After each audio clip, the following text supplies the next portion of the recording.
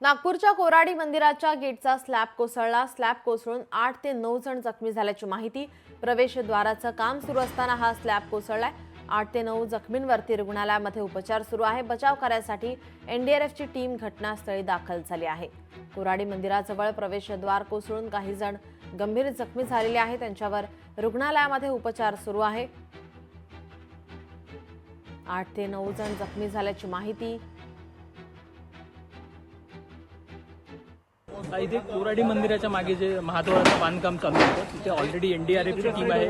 Local police already इथे पोहोचले आहेत. ॲम्ब्युलन्स आहेत. ते कुठल्याही प्रकारची कॅज्युलिटी आतापर्यंत रिपोर्ट झालेली नाही आहे. तरी देखील काही शक्यता नाकारता येत नाही म्हणून आपण आता पुढचं सर्व तिथे एक्सकॅव्हेशन करून चेक करत आहोत. परंतु आतापर्यंत काही कुठलीही कॅज्युलिटीची शक्यता इथे दिसत नाहीये.